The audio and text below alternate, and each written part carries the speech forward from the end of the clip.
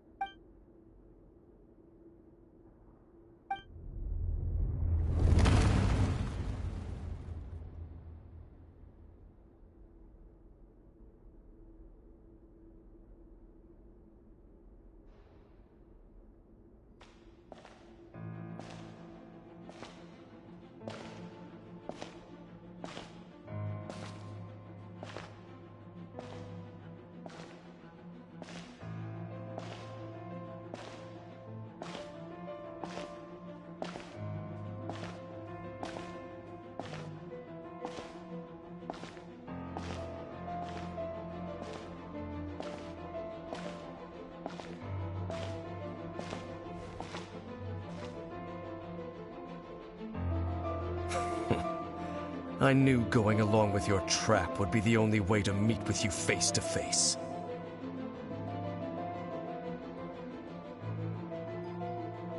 You risked your safety, and that of the Eye. That's quite the gamble, Dainsleif. But I believe that I am the one walking into a trap laid by the Twilight Sword. So you came here all on your own? What about those followers of yours?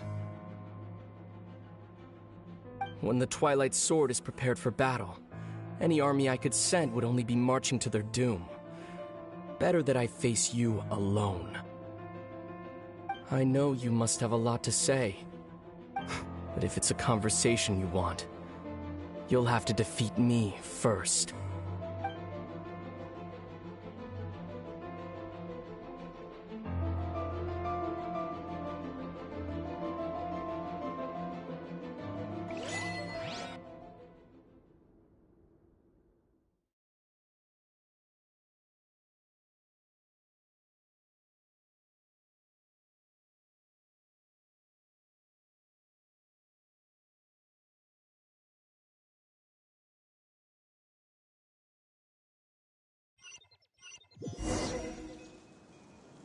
The Abyss Order's on the move. The ley lines are all out of whack. We better hurry back to Vimara Village and see what's going on.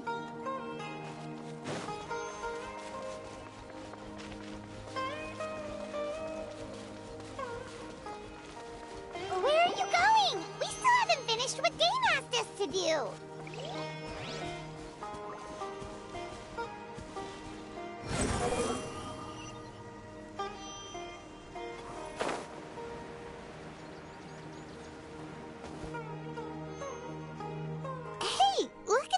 Trails over there. Weren't they acting super agitated just a little while ago? Why are they so calm all of a sudden?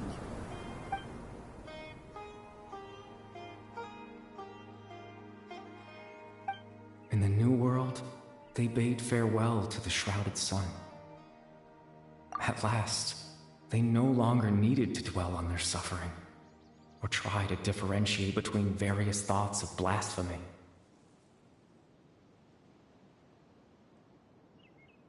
Such was the price they paid, and thus their souls became cleansed and pure. Did you hear that? What was that sound just now? It sounded so gentle. Could that voice be comforting the Hilichurls in some way? Oh, this is weird. Let's check if this is happening anywhere else.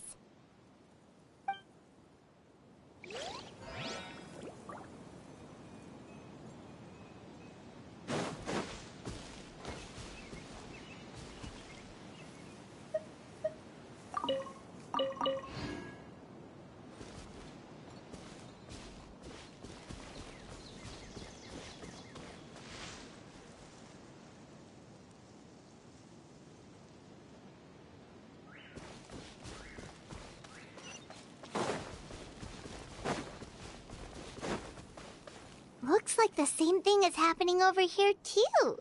The hilly churls are calm. You see, we're both still here. We've reclaimed an endless amount of time to love.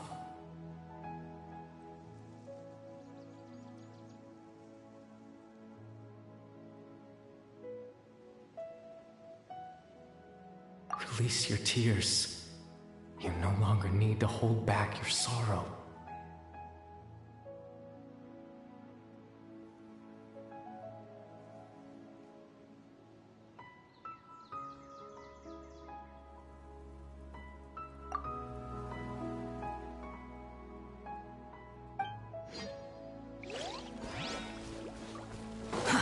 Too slow.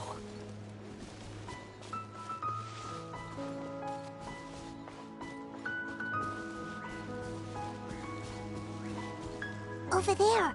It looks like they're sleeping. In the end, he whispered, softly.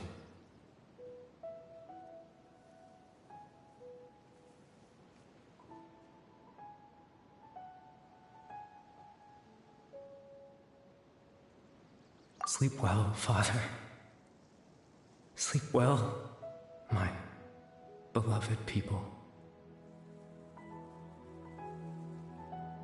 When you awake, that which differentiates us shall be no more. It almost sounds like a poem or some kind of story. Well, now that the hilly churls have calmed down, Vimara Village should be safe at least. Let's put this situation to the side for now. Dane said this might be our chance to find the missing villager, so we should head back to Vimara Village before it's too late.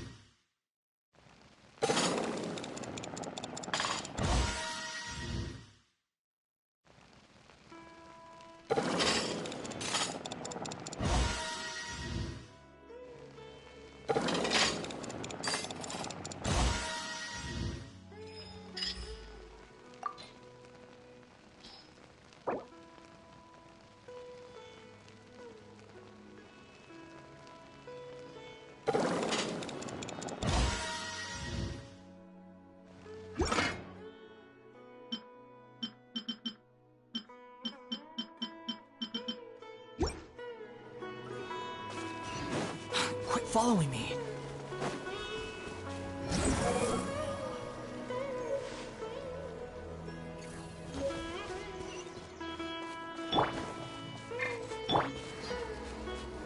Behold!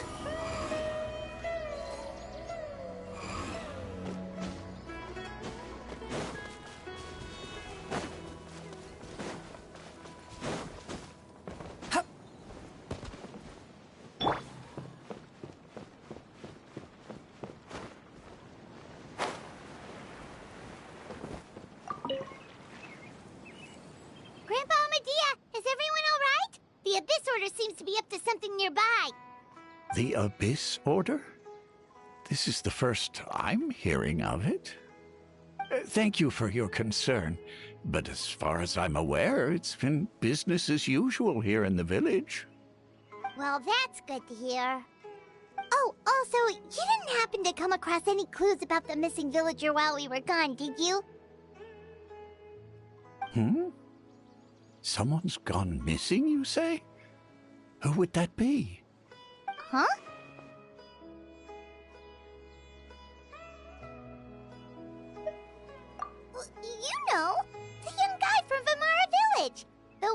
been looking for all this time? You posted a commission with the Sumeru Adventurers Guild. That's kind of the whole reason we're here, actually. Your missing persons commission. Ah, I do apologize, you two. I hope I'm not worrying you too much. I'm sure it's just my age making me forgetful again. At least right now, I can't seem to recall whatever it is you're referring to. Perhaps you should try asking someone else. But how is that? All right. Thanks for your help, Grandpa Amadia.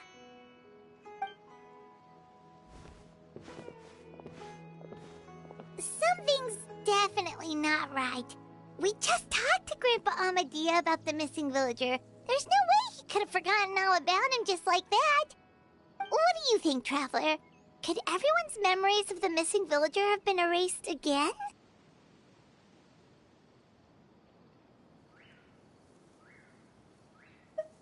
You're right. We should narrow down the possibilities first. Let's go ask someone else then.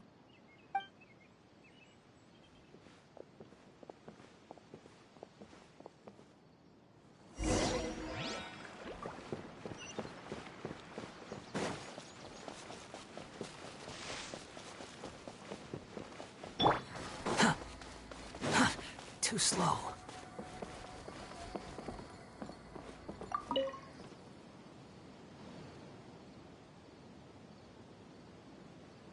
Someone's gone missing?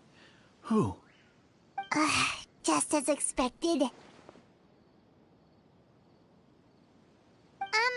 That guy you said a bunch of nice things about earlier? The one you always used to chat with. He's around 20 years old, and you said he was a kind, warm-hearted person? Oh, I know who you're talking about. Really? You remember? There aren't many young people who've earned that kind of praise from me. If you're certain that's what I said, then there's only one person who fits the bill. No doubt about it. But why'd you say he's gone missing? Yeah, I just saw him leave the village. There was someone else with him, too. They couldn't have gone far.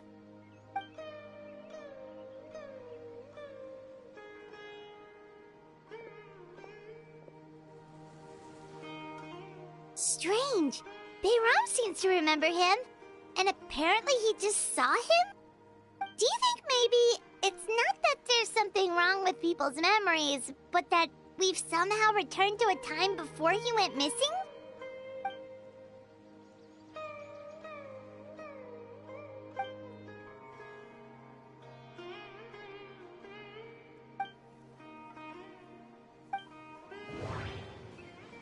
Just like what happened with Greater Lord Rukkhadevata, no one remembers him. Because there's been a change in people's memories. No, Baram still remembers him. He just forgot about the fact that this person went missing. If we really did travel back to a time before he disappeared, that could explain why the villagers said he hadn't gone missing.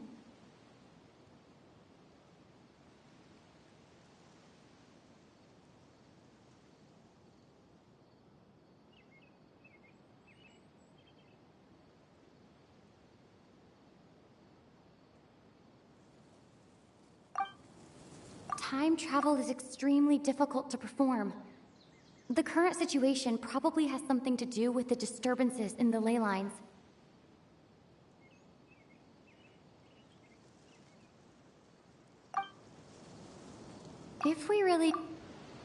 If this person only exists in people's memories, maybe we're in someone's memory right now.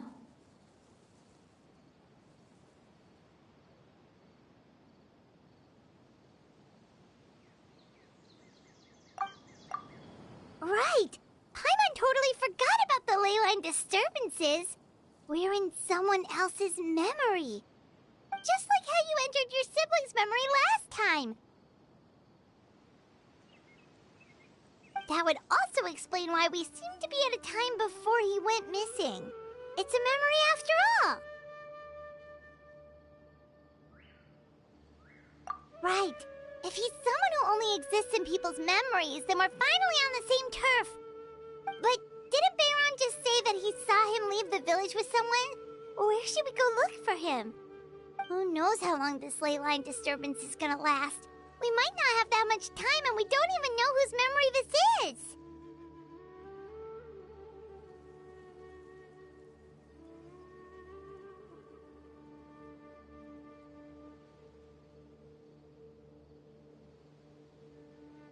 Good idea! That'll help us narrow things down.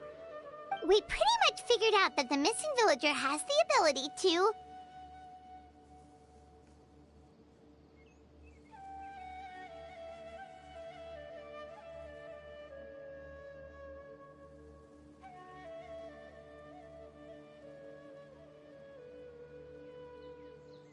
Right! That!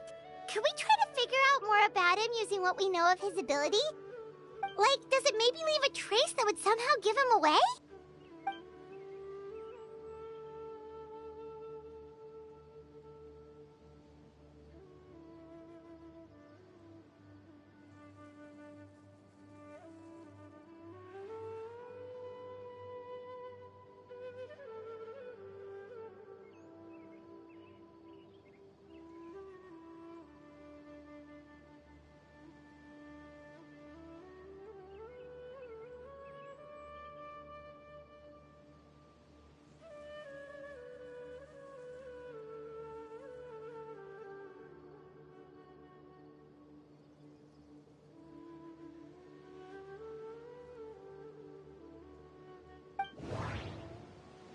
All the memories seem to be set in or near Vimara village.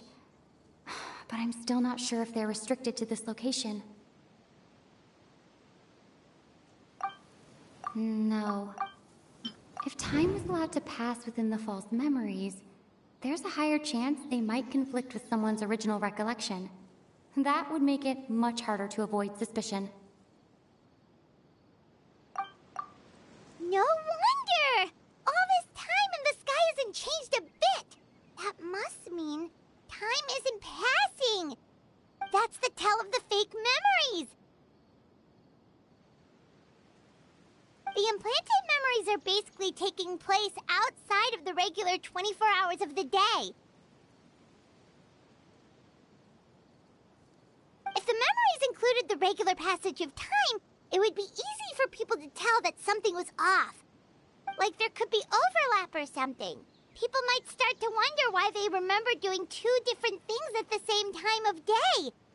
That's why he makes sure the memories take place at a specific moment in time rather than over a period of time.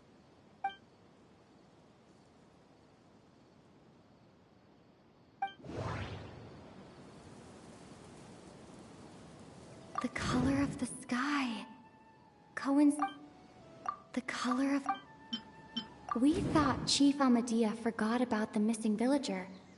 But it turns out, we're at a moment in time before the village issued the commission. No. Dainsleif had memories implanted into his mind. Could it be that it's happened more than once? No. The color of the sky. Oh, right! That's exactly what Atosa described! Come to think of it, every time we talked, it always seemed to be around dusk, just like right now. Time always passed by really slowly. Even when it felt like we'd been talking for hours, the sun would still be at the same position in the sky. Yep, that has to be it! This is definitely Atosa's memory. Yeah, that's where they'll be!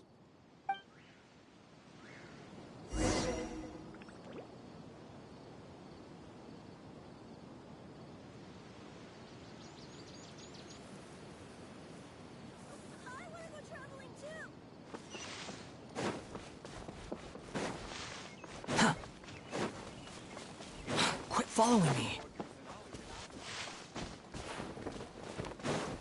The wind rises.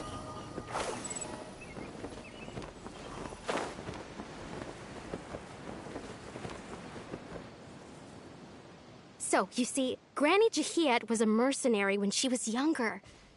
She just talks like that out of habit.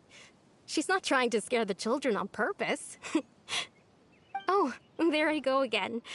Always talking about my own things. Do you maybe have anything you want to share?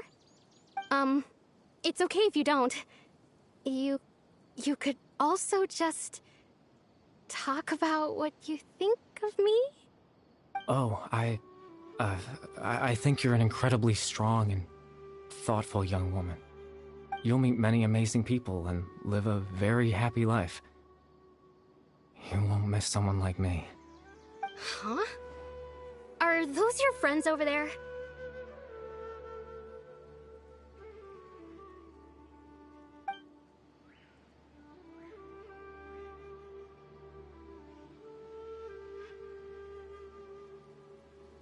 Oh, right! This version of Atosa hasn't met us yet! Friends? I guess you could say that. It must have taken them a lot of effort to find me. So, I should see what they need. I'm sorry, Atosa. We'll have to continue this conversation another time. Another time, huh? Yeah, okay. I'll head back to the village then. Talk to you some other time.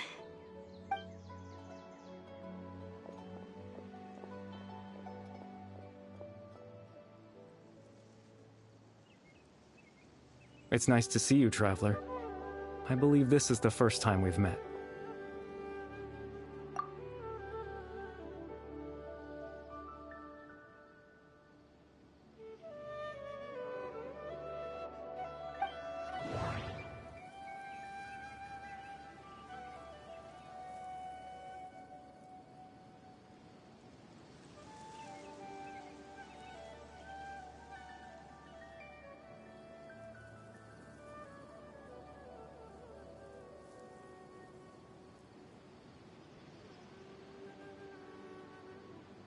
The founder of the Abyss Order.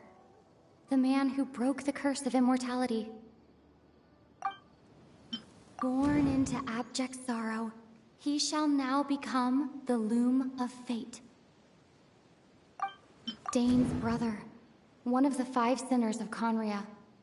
The one who stole the power of the Abyss. Born into abject...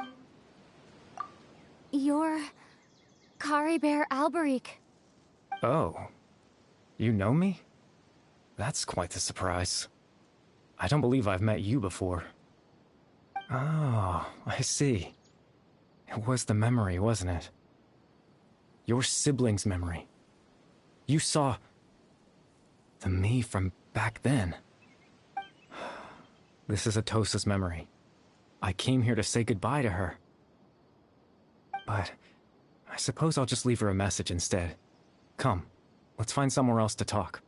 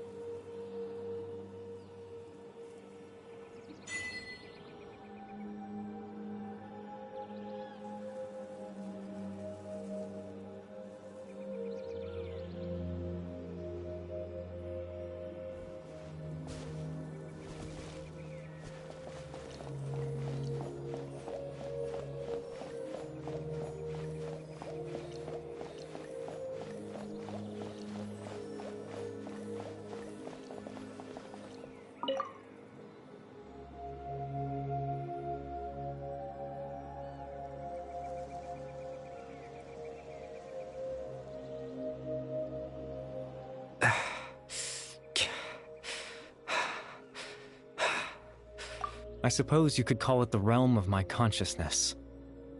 I'm someone who no longer exists in the real world, after all, as you well know.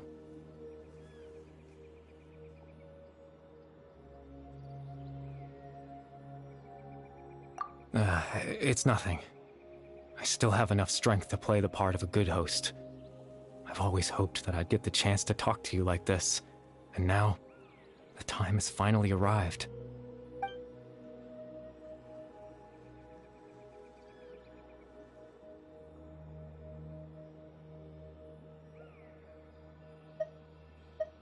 Extreme sorrow and pain. Hope and regret coursing through your veins. And a degree of abyssal power that defies comprehension. Father told me that once I possessed all those elements, I would become the loom of fate. But, despite his intentions for me, I never truly became the loom of fate. I was merely used as a means for its construction. In truth, I died the moment I set everything in motion. The person you see before you now is nothing but a remnant of consciousness left over within the loom of fate.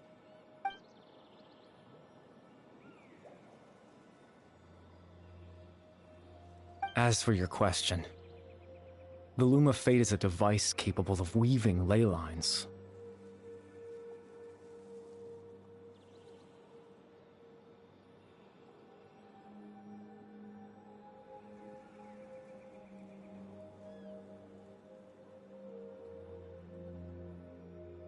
In its primitive form, it can only be used to create and implant memories.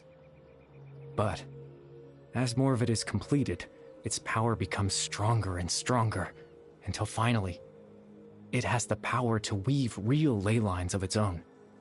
Once fully completed, the moment it gains the power to weave ley lines, it loses the lower level ability to influence memories. But it also becomes a tool that can change the entire world. Yes, I have the ability to control the loom in its semi-completed form. I suppose you can think of it as a form of compensation. After all, its existence cost me my life.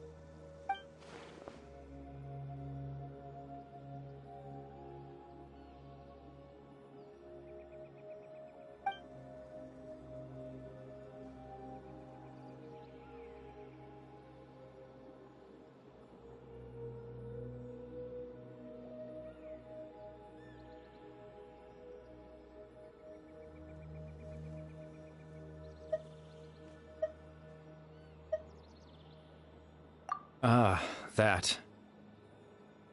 I was wrong to implant those memories. I'm sorry I caused so much trouble. Not only for everyone in the village, but for you as well.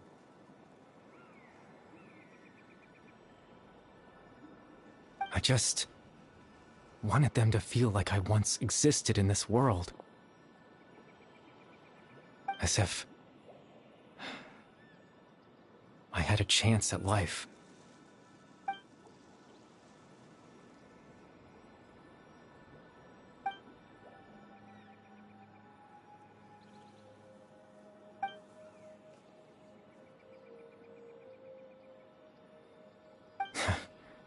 I know what you must be thinking. Why would I do something so meaningless?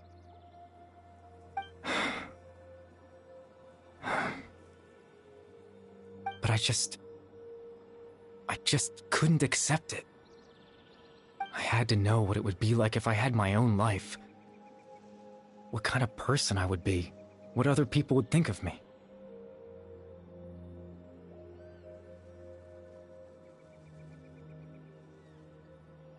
Chief Ahmadiyya, Baram, Granny Jahiyat, Atosa. What would it be like if I could live alongside them? No cataclysm, no curse. Just a quiet life in a peaceful village. I was curious, so I selfishly tried to have my own life. Even if Even if that meant piecing together the version of myself that could have been. One memory at a time. I know it sounds stupid.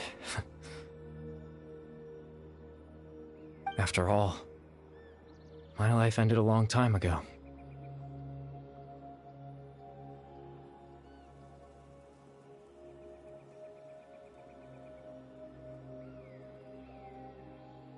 Any chance at living was stripped away from me when I was 8 years old. My consciousness left to mature in an illusory world of nothingness. Even the form you see before you was nothing but an invention based on my father's appearance. An imagined version of what I would look like if I had the chance to grow up.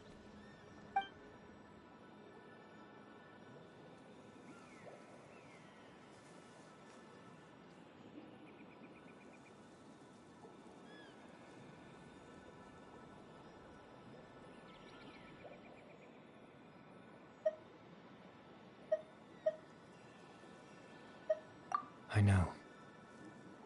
But there's nothing I can do to make them find me. If I could exist in the real world, I would return without a second thought and surprise them with the suddenness of it all. But, well, that's not possible for me.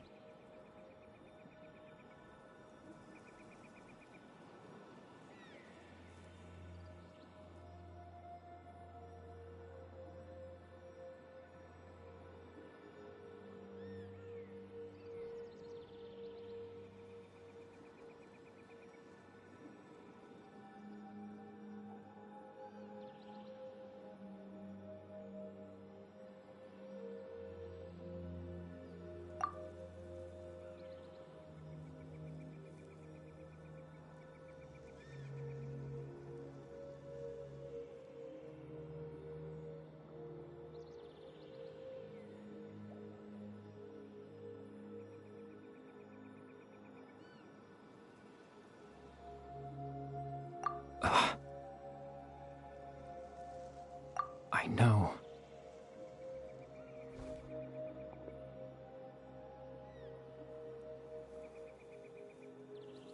Captain Dainsleif. Twilight Sword, you mean? No need to meet up with him. Things should already be settled on his end. Exactly.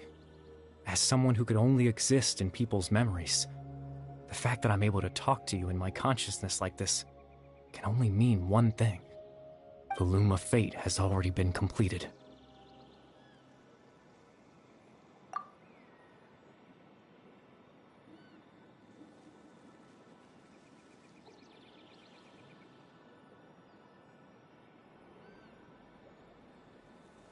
No need to worry about Captain Dainsleif. He's absolutely fine.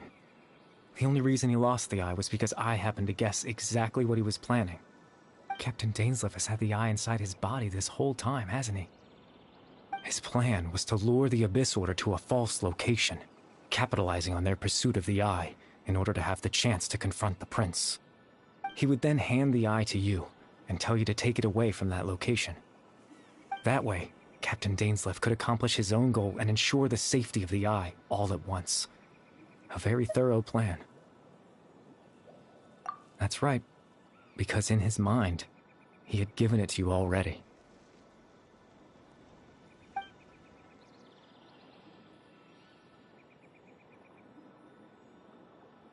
Before you two entered that false location. Traveler, wait. Hmm?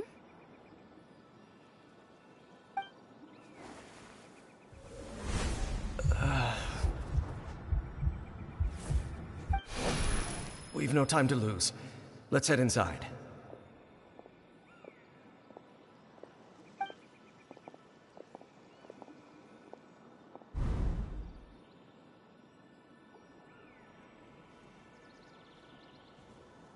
That was when I implanted the memory of him handing you the eye. Given the tense situation at that time, Captain Dainsleif failed to notice anything out of the ordinary, and took that memory to be real. I'm sorry, Traveler, but I needed the Loom of Fate to be completed. And to do that, we had to retrieve the eye.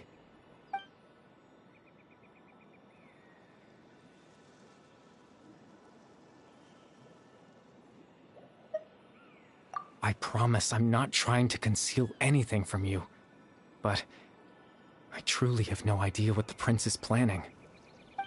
Tevat's ley line system is deeply entrenched in the planet. Creating new ley lines can neither replace nor extend the ones that already exist. In the face of everything they could be planning, I fear I'm too insignificant to even get a glimpse of the bigger picture. In any case, I had my own use for the Loom of Fate, and my goal, at least, has been achieved.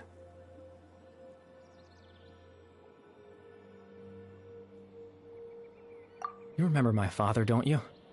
Clotar Alberic. I believe you saw him in your sibling's memory. After he used the power of the Abyss to restore consciousness to my hilichurl form, I suffered from an indescribable level of mental anguish. To comfort me, my father told me a story, that this was a fairy tale world where I had to take on the form of a little monster. That story managed to dispel my fears, even if just for a moment.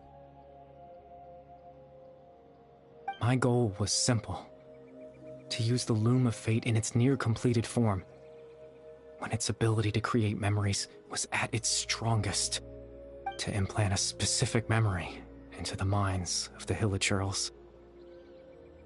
In that memory, I would tell them a story, just like my father did for me.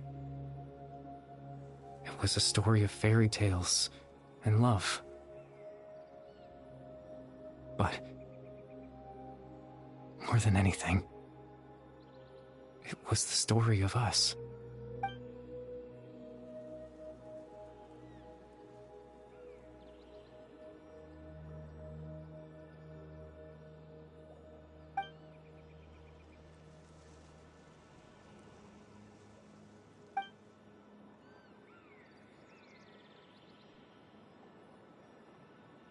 I can't change the world. Not when I lost the very right to exist within it. Implanting those memories, that was the most worthwhile thing I could offer.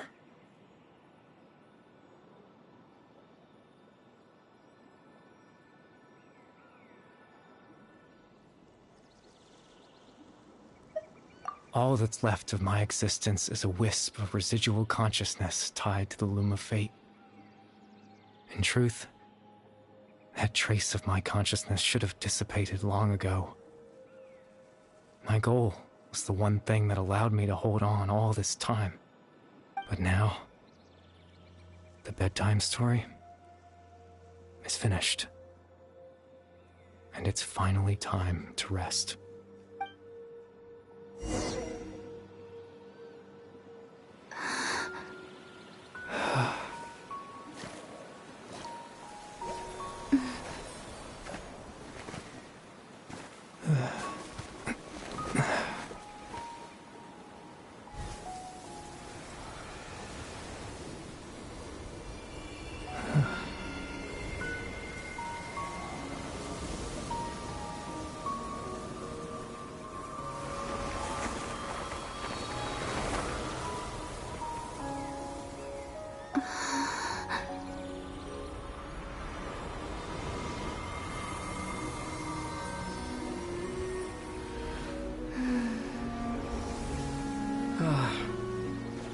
Looks like I was too late to see Kari Bear one last time.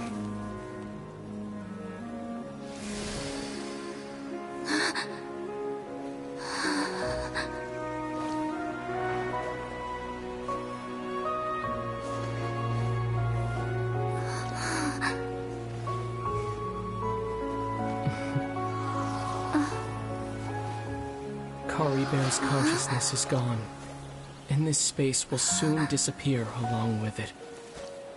Neither of us belongs here. That's why we're not tangible. Were that not the case, I'd love to hug you too. Well, how about a conversation?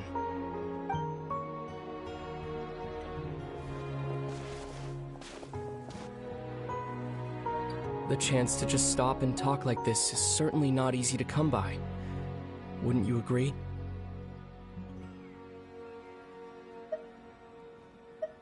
That battle earlier was tough. The one against Dane, I mean. I didn't expect that after everything, he would still hesitate to raise his sword against me. Were it not for that, perhaps I'd still be no match for the Twilight Sword.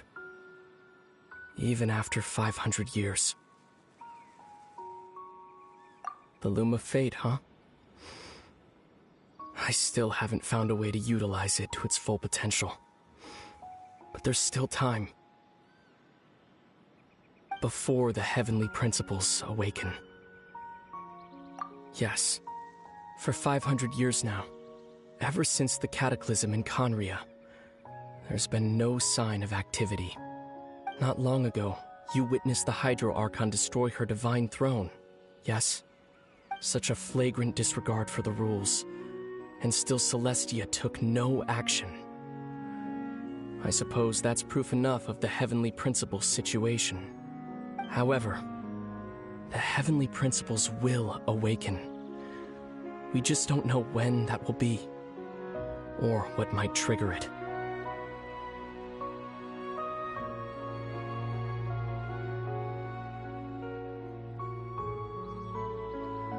You could say that. Just look at Caribert.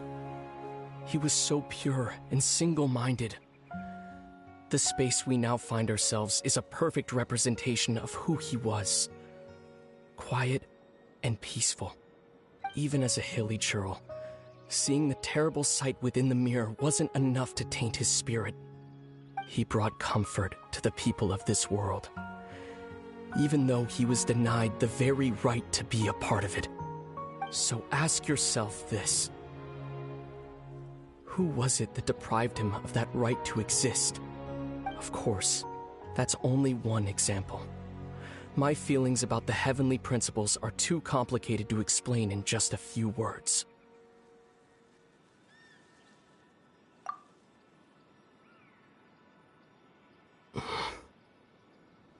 Lumine?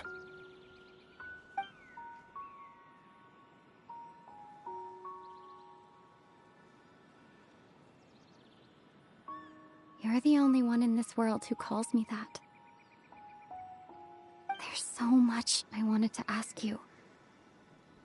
But for some reason, I'm not interested in asking those questions right now. There's just one thing I have to ask. One thing I could never understand. Why? Why can't we continue our journey together?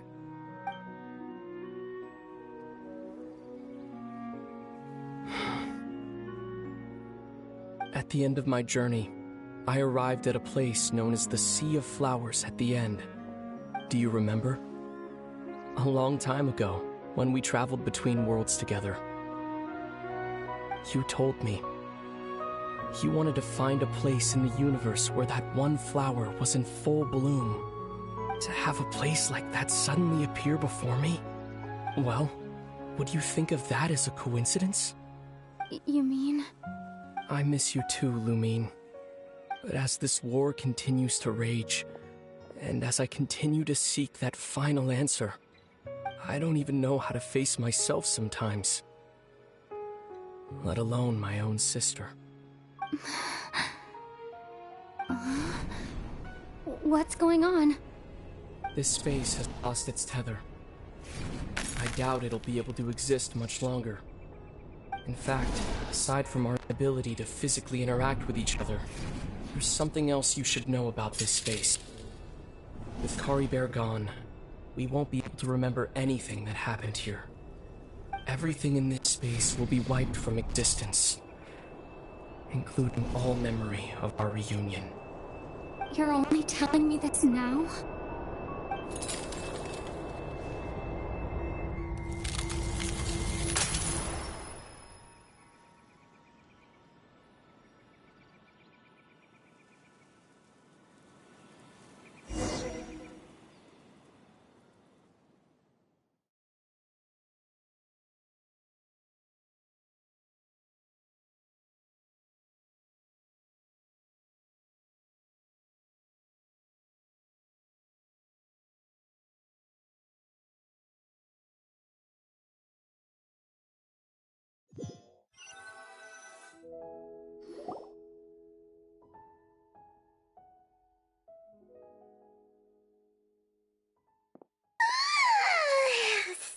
so sleepy.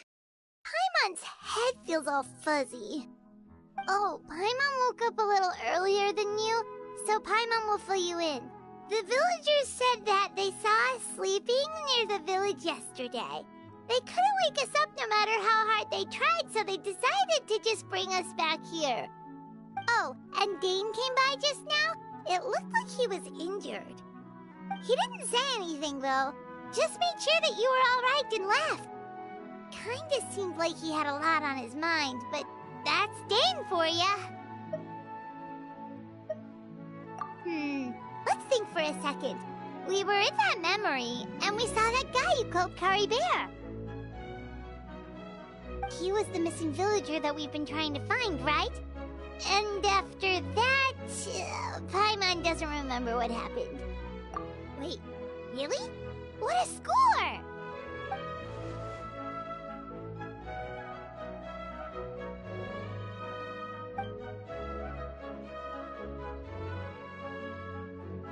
Well, what happened after that?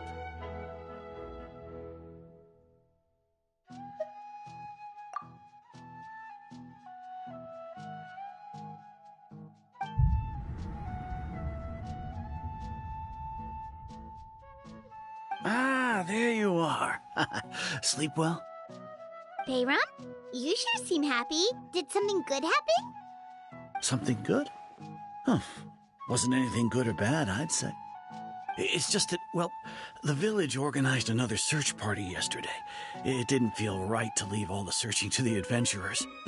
So there we were, searching away, when suddenly this one guy said it all came back to him.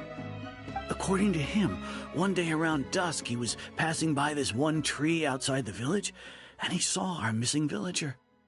There he was, sleeping under that tree all by himself. His parents came a little later to wake him up, and they all left together. They looked like quite a happy family, apparently. And after that, well, we all started to feel like that really is what happened. Kind of strange that we forgot all about it for so long.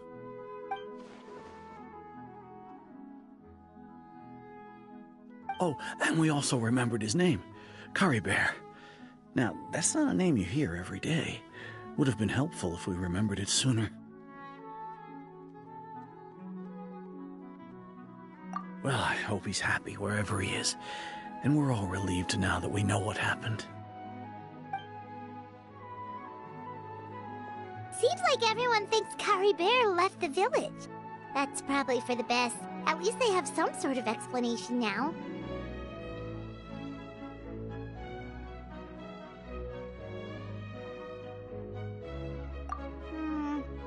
Paimon wonders how Atosa's doing. Maybe we should go check on her. If she hasn't remembered like everyone else, we can tell her what happened. Paimon didn't see her in the village just now, so she's probably at the tree. Come on, let's go talk to her.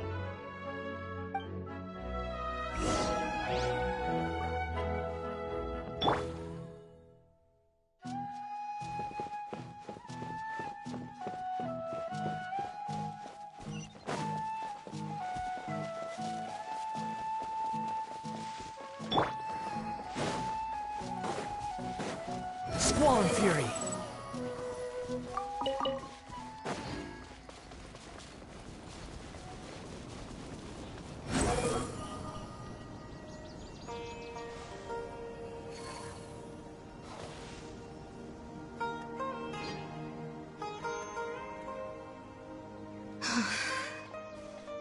Hey, Atosa, how's it going? Oh, it's you two. I was just about to go looking for you. I wanted to thank you. I was part of the search party, so I remember what happened to Kari Bear now. Honestly, I just can't believe I forgot something so important. It's funny, but I have this feeling he told me the same thing. I just can't seem to remember when.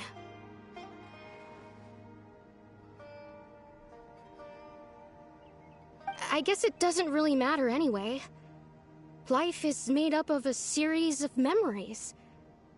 As long as I hold on to our time together, he'll always be a part of my life. I'm just happy I got to meet him. So, who cares what happens in the future, right?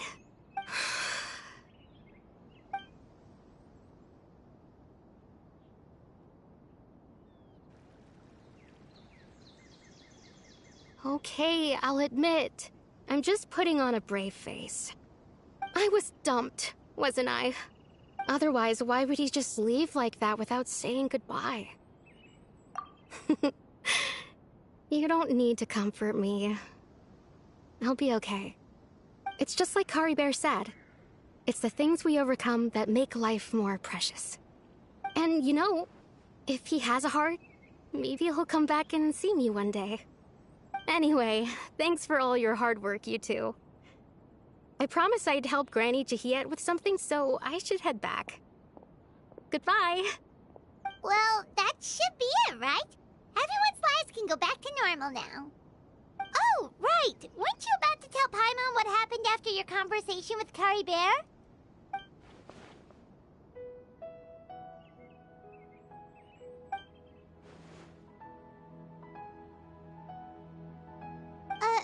A picture? Where'd that come from? Let Paimon see.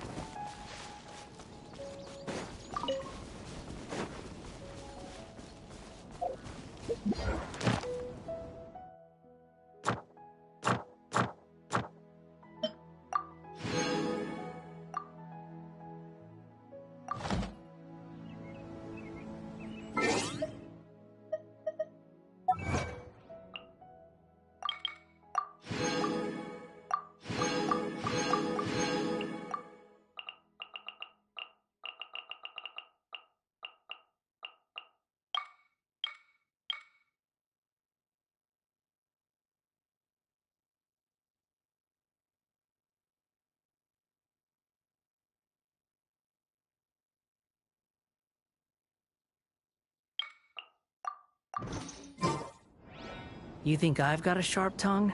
I just tell...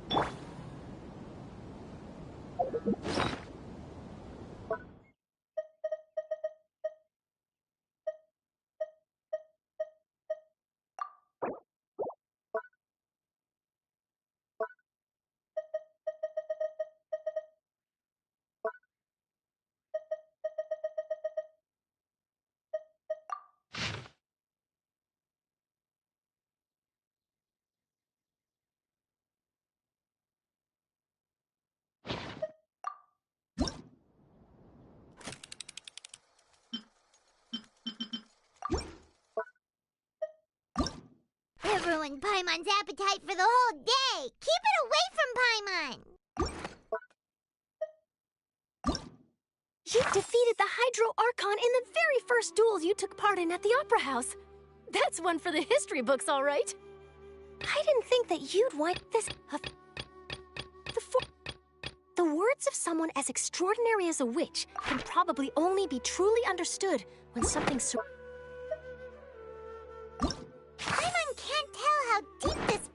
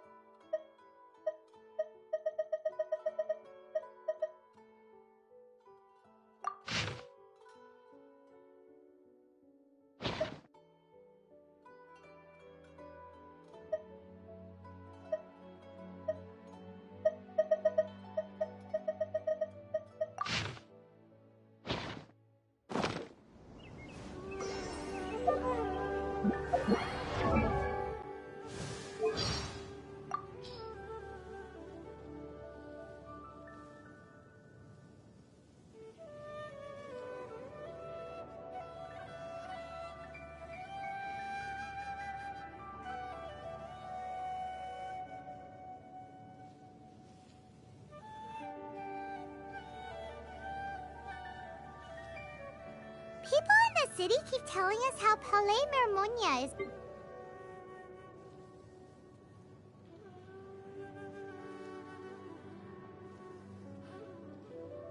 Bombs away! Wipeout! Nyah! Spring forth! Germinate! Sa! Is this an answer from this world? A reward on the road? I'll keep this close. Let me take over. Look out! This is not the end. Maybe I would. Just what will become of this world is full of... There's still a long road.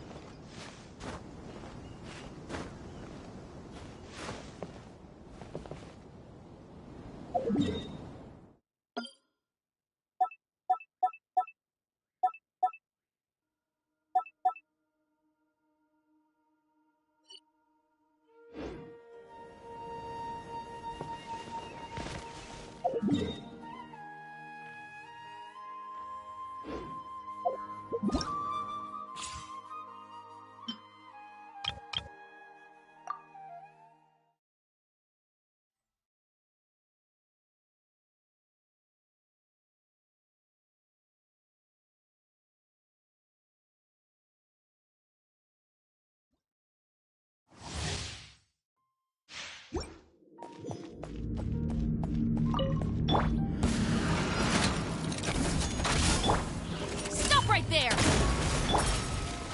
I summon...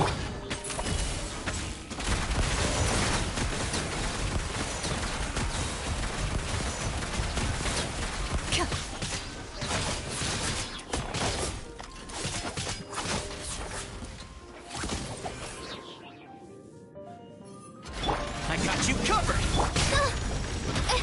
Wings of darkness! Come, sever night from day! Justice will prevail! Final warning! Ready. Time to testify.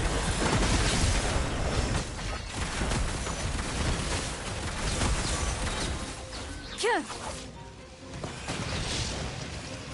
Ha! Kyuh!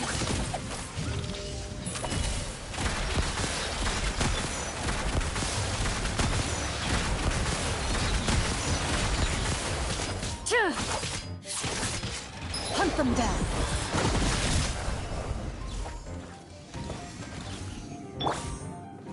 Here's backup! Hands where I can see them! No rest for the wicked. Midnight Phantasmagoria! Loaded.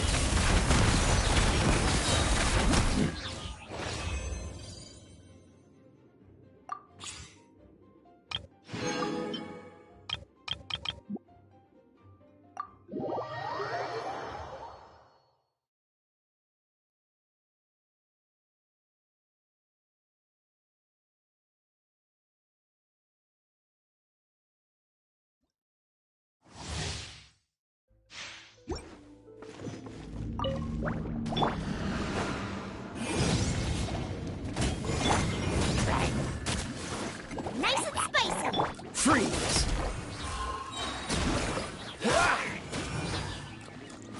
Fire it up! Supporting fire! Oh, so sorry.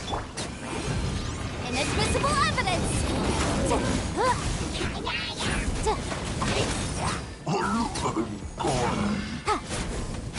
Boom boom!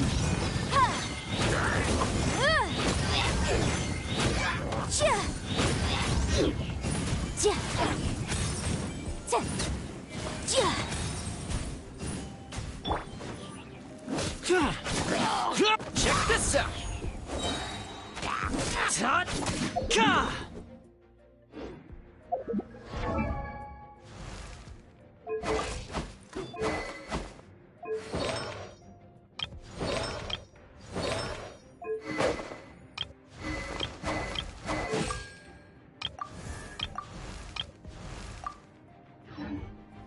Blitz.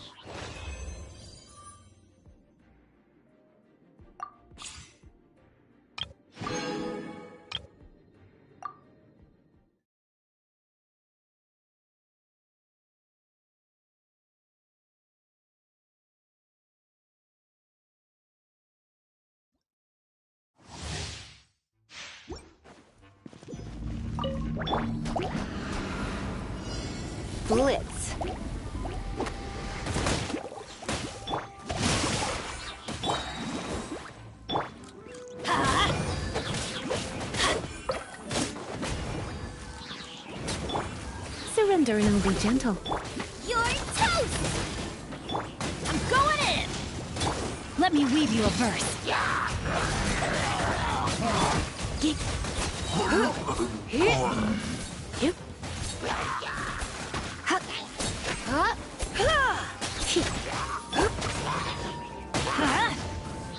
At the frying pan, into the fire!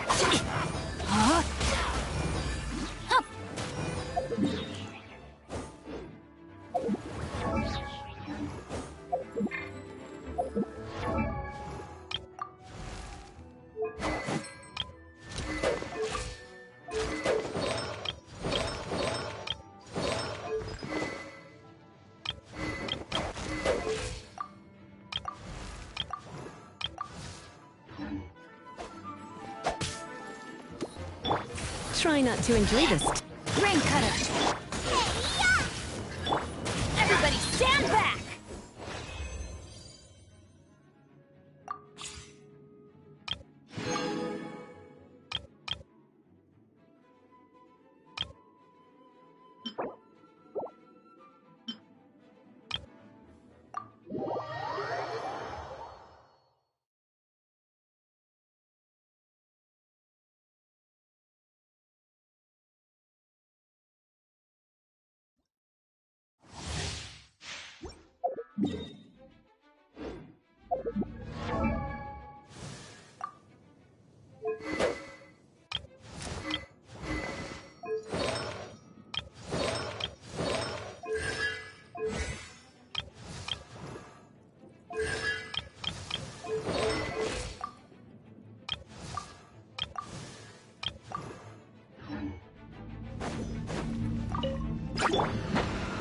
I'll protect us. By royal decree.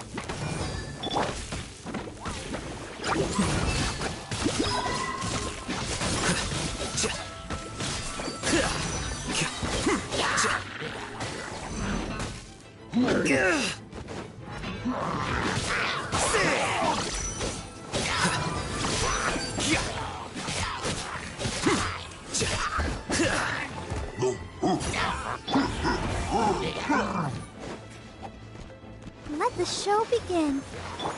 Wings of darkness! Come, sever night from day! Here you are.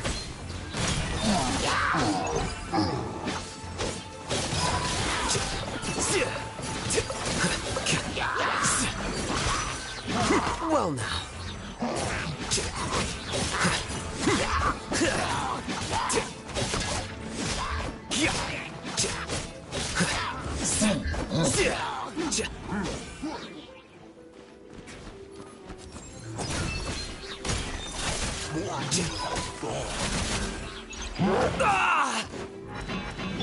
I'll protect us.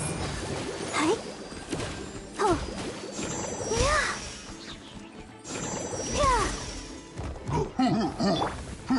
I summon thee!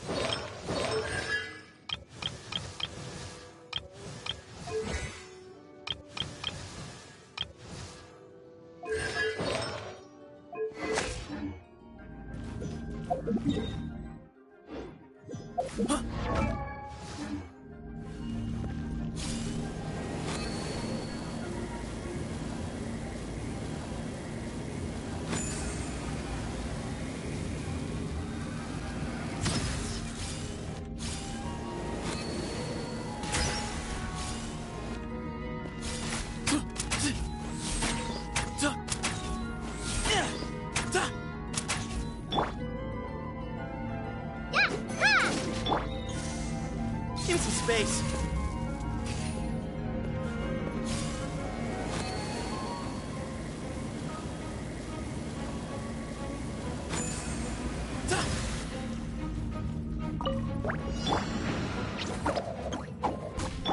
Oz, reveal! Excuse me?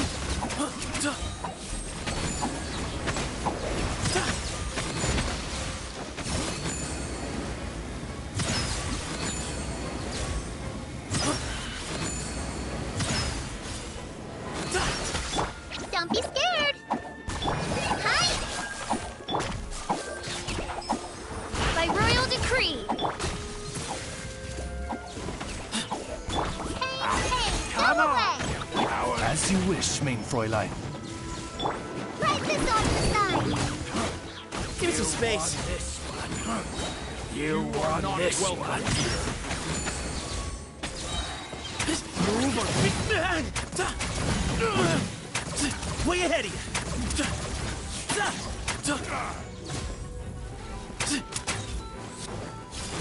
Pulverize!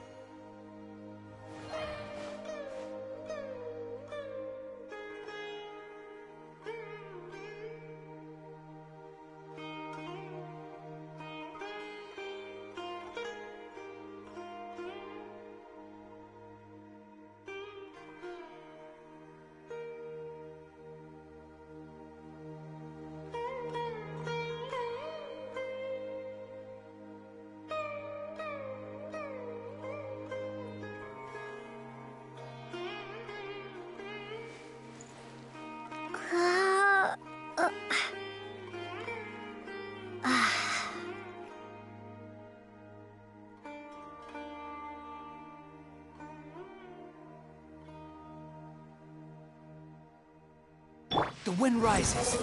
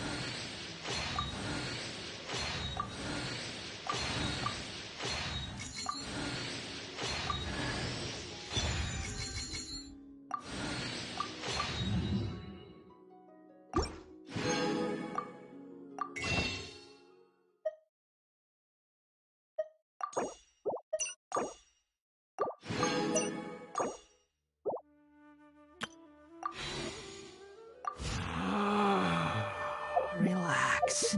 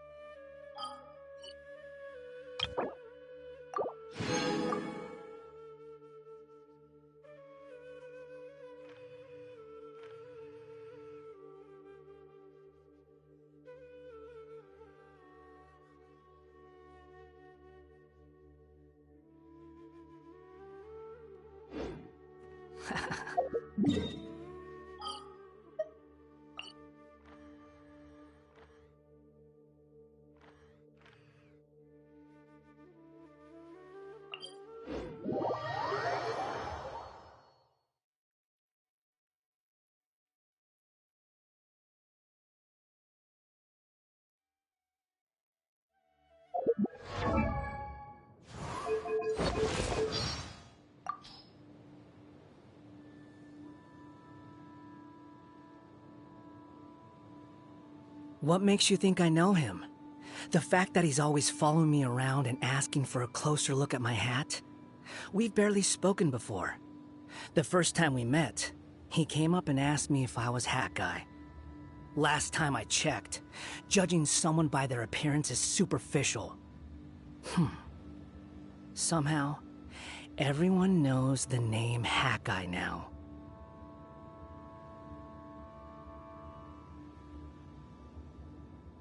Give me your hand.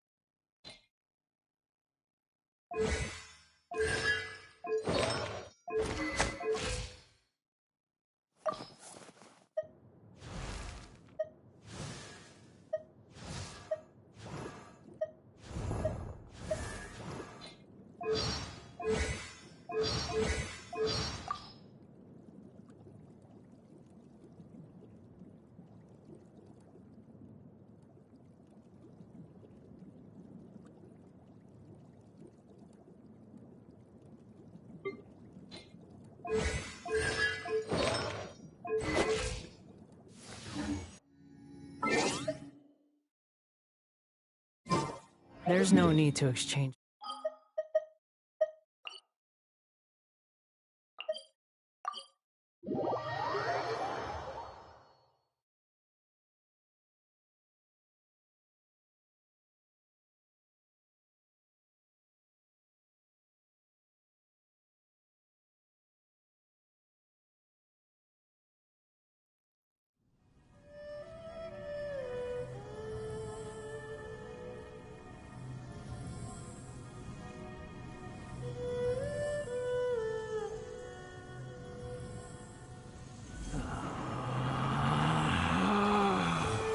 Relax.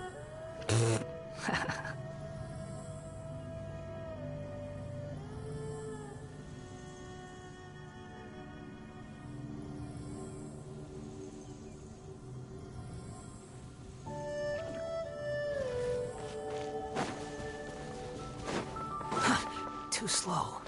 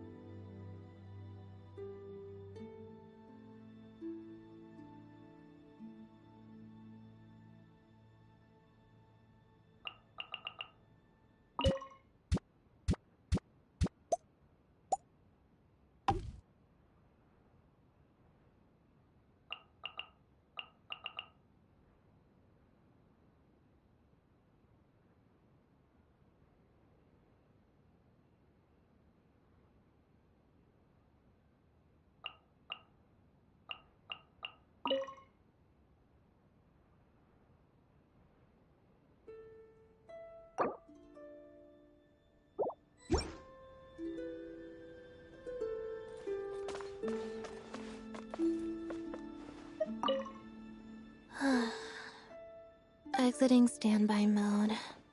Sorry, I'm not trying to ignore you. It just takes some time to get my systems back up and running.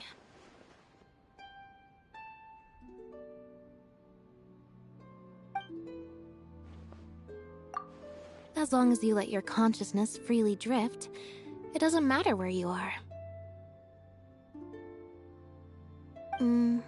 Though, according to normal standards, the environment here is quite pleasant indeed.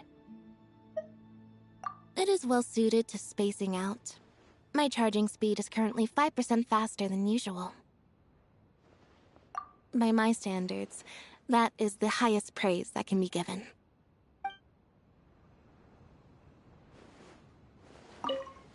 Oh, it's you. Have you encountered some troubles with your studies?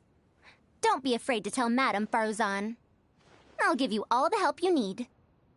Of course, if you are in need of some life advice, feel free to consult with me as well. I'm quite comfortable. Don't worry, I'm not one of those crabby old geezers who love to find fault with everything. I'm usually quite easy to please. Don't you believe me?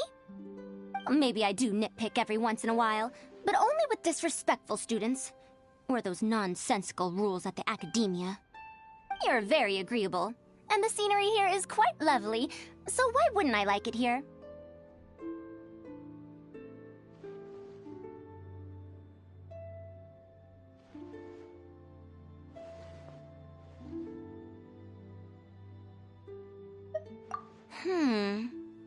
Could you get me some pens and paper? When I arrived in this realm for the first time, I was very surprised indeed by the unique configuration. Just what kind of mechanism allows all of this to be ensconced in its single teapot? But it wouldn't be polite to leave you with piles of notes everywhere. Good. It seems like I'll be able to research my interests here to my heart's content after all. Even if it ends up taking me another 100 years. I will be quite content here.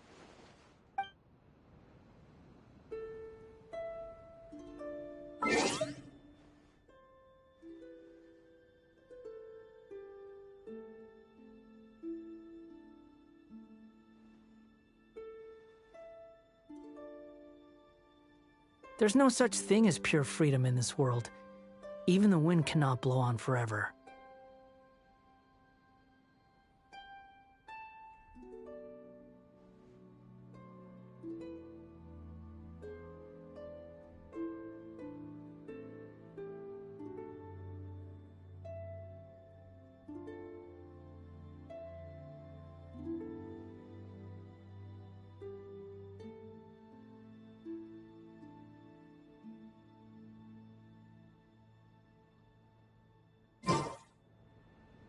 There's no need to exchange pleasantries.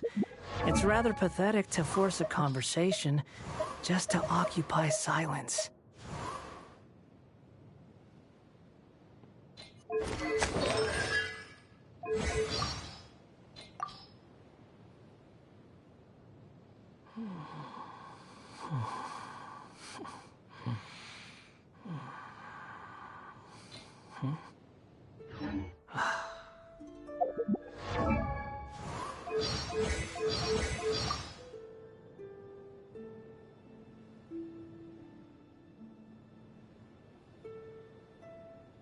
So, you're still stewing over our run-ins from before. Well, what are you going to do about it? Take your time. I'm in no hurry.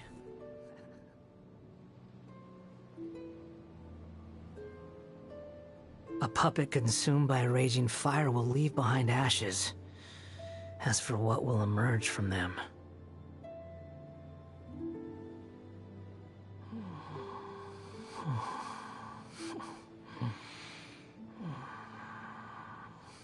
I'll leave that kind of thing to fate.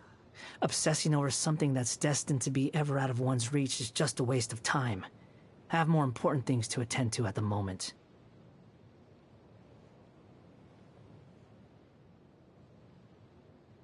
I'll never be one of the good guys. I'm just here to pay my dues after what you've done for me. But what about you? Shouldn't you come up with some excuse for our meetings?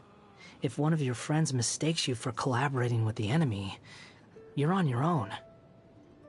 Although the idea of divine favor makes me a little ill, I'm not going to be picky about a new source of power. You think there's some kind of meaning behind the element of animo? Why did that thought even occur to you? The gods aren't guided by any kind of rationality or moral compass. Haven't I shown that to you already? I've got nothing. Ask me anything if you want. If a question is interesting enough, I may give you an answer. Look, the birds are showing off their plumage, the squirrels are busy hoarding food, and humans are laboring for their livelihoods. Truly, simple animals don't need anything complicated to be fulfilled. While I still had value as a pawn, she might have had other reasons to keep me alive. It's certainly possible that it was because she's wise or benevolent, or happened to see a hint of loneliness within me. You think I'm trying to think the worst of her? Ha! Did you really expect anything else? In case you've forgotten, I'm no saint. She completely neglected her own creation, and to add insult to injury, she said it was because she couldn't bring herself to intervene in my fate. Everyone praises her for her kindness and benevolence, but they forget that love is also a form of sin. What if she's just trying to compensate for something? The Jester is a survivor of Conria. Besides that singular fact, I know very little about him, and never had any kind of close association with him. He seems to want something from me, though. In the past, he assigned to me many important tasks, including a number of trips to the Abyss. There's no need to exchange pleasantries. It's rather pathetic to the ever-righteous captain, the brave and fearless captain, the nigh-invincible captain. Even my mechanical ears demand maintenance after listening to so many compliments from the members of the Fatui. Don't you think that possessing absolute righteousness is actually a latent danger? And that's without taking his great personal strength into account.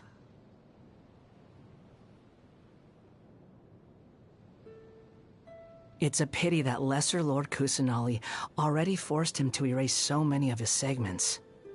The joy I would have derived from slicing them apart, one by one. There's no such thing as pure freedom in this world. Even the wind cannot blow on forever.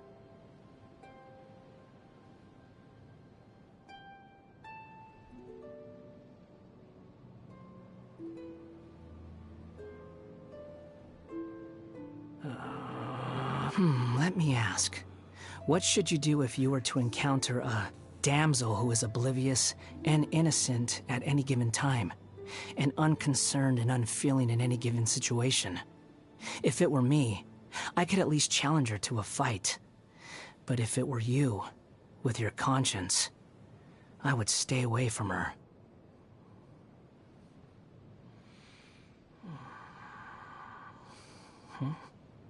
A wolf in sheep's clothing. To exert a higher level of control over people, she puts on a graceful and cordial front. Most of those who have seen her true crazy self have gone poof. Only someone as dense as Child would think the rooster is looking after him and his family out of the goodness of his heart. Although the mayor has indeed done a number of things for their benefit, anyone with a brain would be able to tell that the underlying meaning is, your entire family is in my hands. She has a terrible personality and cares for nothing outside of her own research. But even with that amount of dedication, she still produced a copious amount of garbage and could only secure a ranking that's still one whole place beneath my own. How pitiful.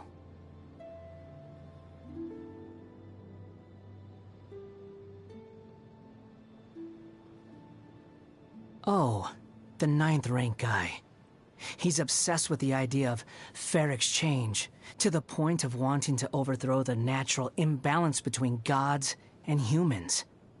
But I guess it's just how ordinary mortals are like. It's easy for them to come up with pointless delusions.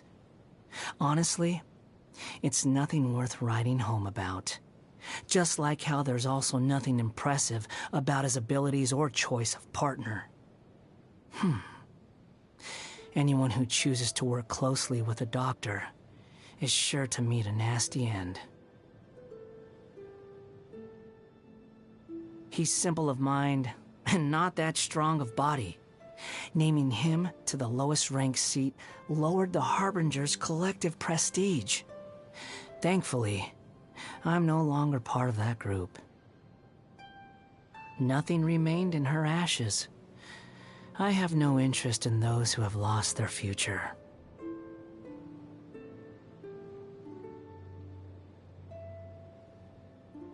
A smooth-talking yokai. Though she pretends to care about humans to gain the favor of her god, all she seeks are entertaining ways to pass her time.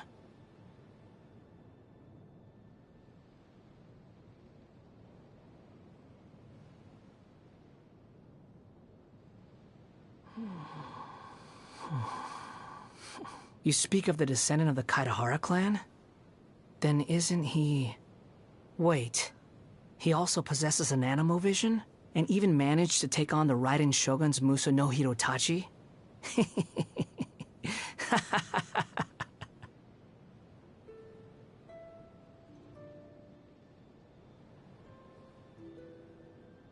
You think I've got a sharp tongue? I just tell it like it is. What makes you think I know him? The fact that he's always following me around and asking for a closer look at my hat? We've barely spoken before. The first time we met, he came up and asked me if I was Hat Guy. Last time I checked, you want to learn more about me? How ridiculous. Don't you know that's only asking for trouble? Oh, I'm well aware that many people will want to seek me out and settle the grudges they've built against me in my past life. Fine by me. Come one, come all, I say. As a matter of fact, I'm somewhat looking forward to it. I once thought that deification would allow me to get rid of all my pointless emotions, but I've since abandoned that view. Anger, whether it be from others or myself, is too convenient and useful as a tool. How can some people just never become angry? I find that impossible to even imagine. Do they just not have a single mean bone in their bodies? When I entered Irminsul, there was only one thought in my mind. I wish I'd never been born at all. Irminsul responded to my wish, but didn't bring me the outcome I desired. The fate of this world hasn't changed a single bit when it comes to playing cruel tricks on its prisoners. You and I have crossed paths in the past, but our journeys will eventually diverge. Who knows what will happen next? Let's just wait and see. Hobbies? Those are for idle bodies who have the free time to think about such things. Do I look like I have any interest in distractions? You think I've got a sharp tongue? I just tell it like it is. If someone can't handle it, maybe that's their problem.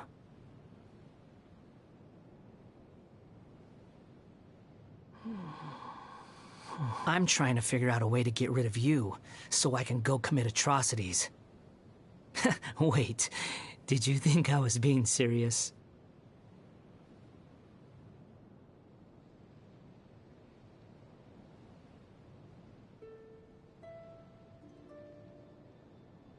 Do you have some tea? The more bitter, the better. It leaves the most fascinating aftertaste. It's rather pathetic to force a conversation just to occupy silence. I'm no fan of Dongo, or any other sticky sweets that make me feel like my teeth are fusing together. Keep them to yourself.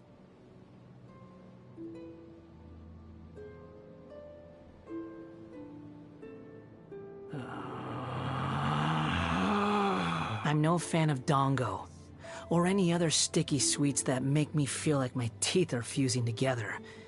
Keep them to yourself.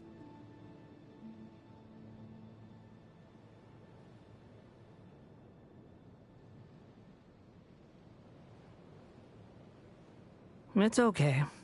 Guess this is one of the few things you're good at.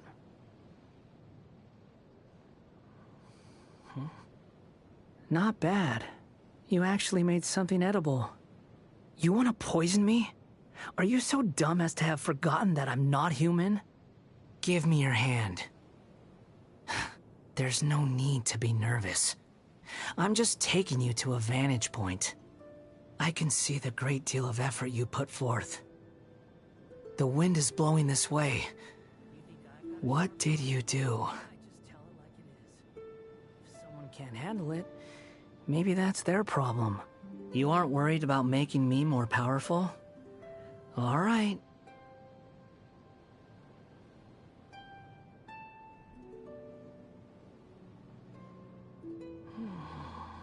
Although I can be of help to you, seeing me as an ally is still a dangerous endeavor.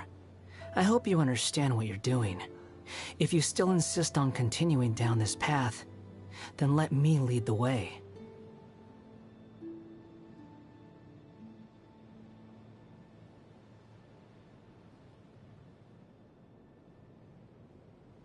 There's no such thing as pure freedom in this world. Even the wind cannot blow on forever.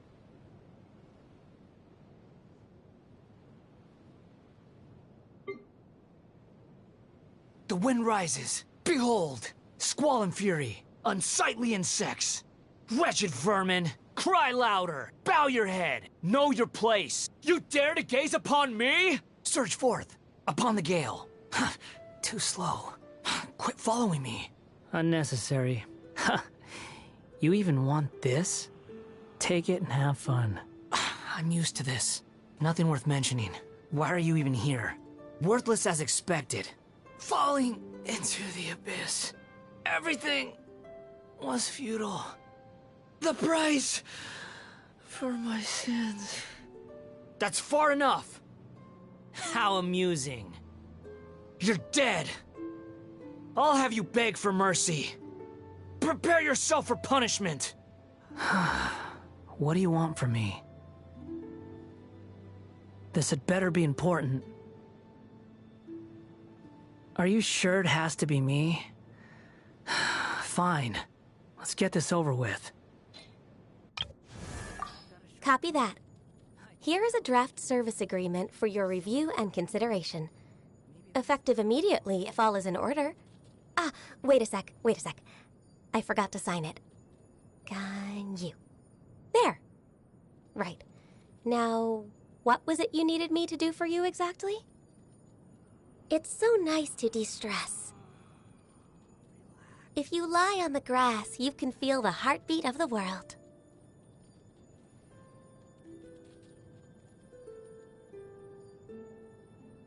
Should we really be off work this early? There is still a lot left to do. There's no need to exchange pleasantries. It's rather pathetic to force a conversation. Oh, good. I was just thinking that the silk flowers at the Feiyun Commerce Guild needed watering.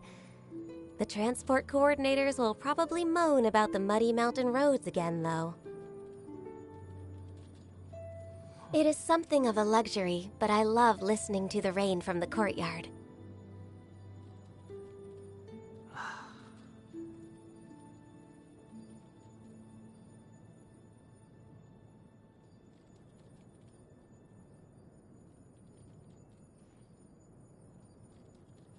Ah, the air is just... Oh, the sun's out. When did that happen? Think I've got a sharp tongue? Ah, the air is just right. Someone can't handle it. Maybe that's their problem.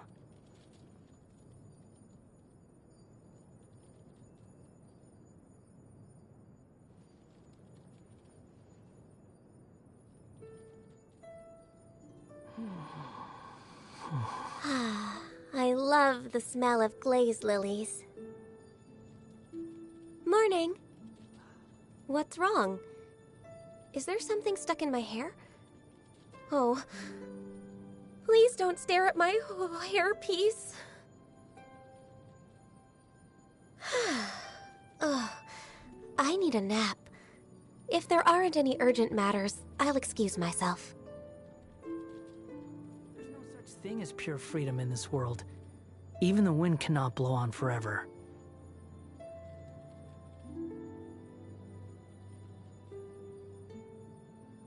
Look how brightly lit the city is at night. Amazing. I wonder what it's like for all the people down there. No thanks. I think I'll pass on the night market. Sorry. May Rex Lapis watch over you.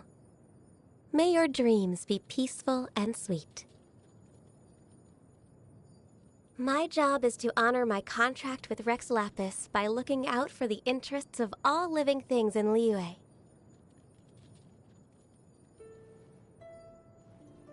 I finished all my assignments early today. Overtime? I understand.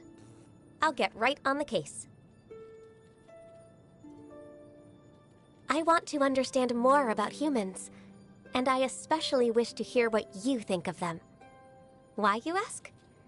Because you're a bit different from most people in Teyvat, just as I am. Please, tell me what you think. So yeah, I was wondering what your opinion is on my work so far. Would you say I'm more of a common chest or more of a luxurious chest? It's fine. I can take it.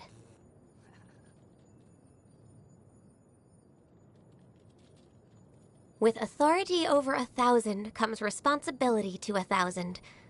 Rex Lapis knows the meaning of hardship better than anyone else in Liyue. He has seen everything that has happened from ancient times to the present day, and yet he was forced to give up his entire life. Compared to him, I'm just an everyday vision holder with everyday responsibilities. I can't complain about my workload.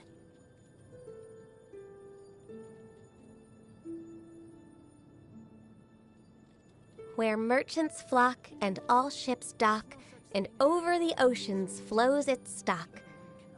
People say this in praise of Liyue's prosperity, but a city only becomes this successful through everyone playing their part diligently. That's the attitude I take to my work. I want to be worthy of what we enjoy here.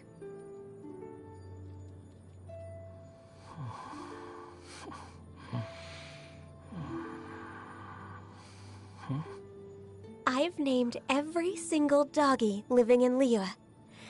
But they're so funny.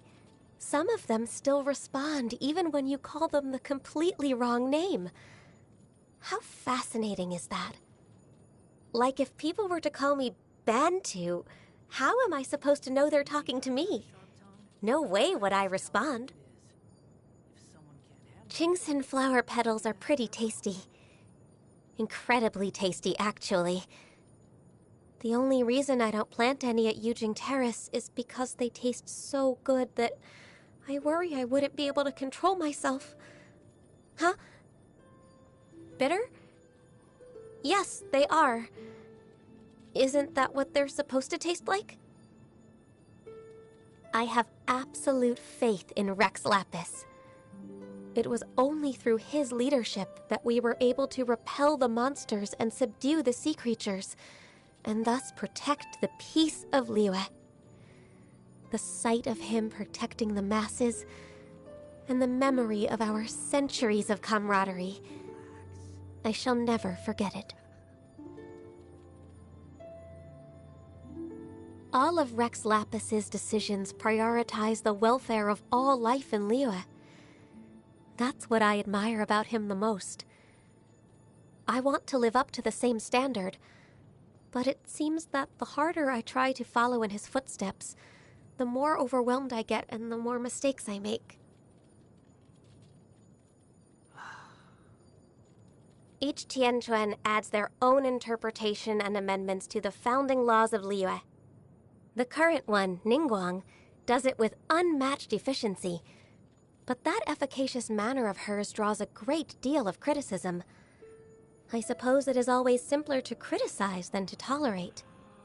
I cannot stand her disrespectful attitude towards Rex Lapis. But he says to me, "Ganyu, this is just the kind of person Liyue needs in this day and age." I guess I'm not smart enough because I simply do not understand what he means by that. I think I need more life experience to become wise enough to comprehend his words.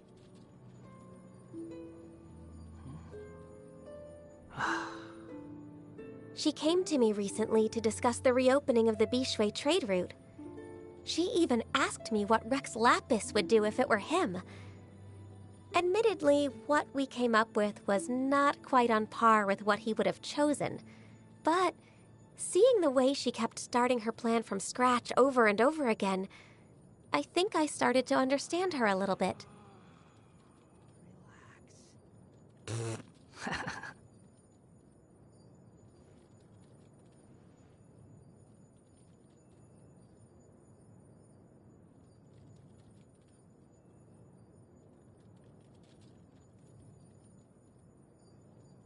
There's no such thing as pure freedom in this world.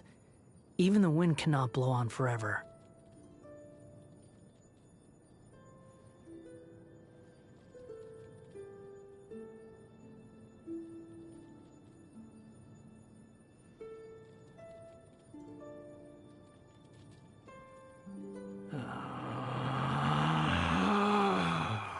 Relax.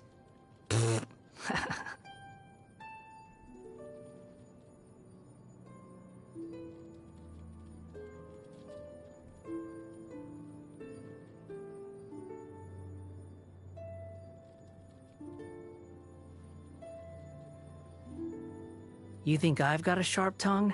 I just tell it like it is. If someone can't handle it, maybe that's their problem.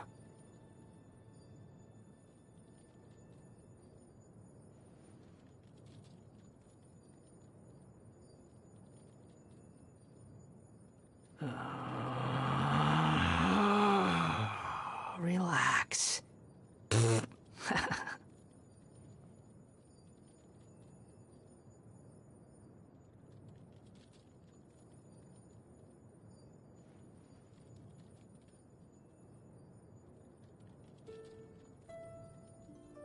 There's no need to exchange pleasantries.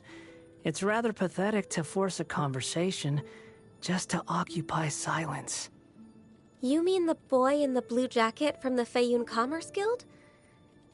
He's nothing like his father and brother. Doesn't seem to care about the textile business at all. Seems it's because, as far as he's concerned, there are more important things for him to be doing. Of course, I'm merely speculating.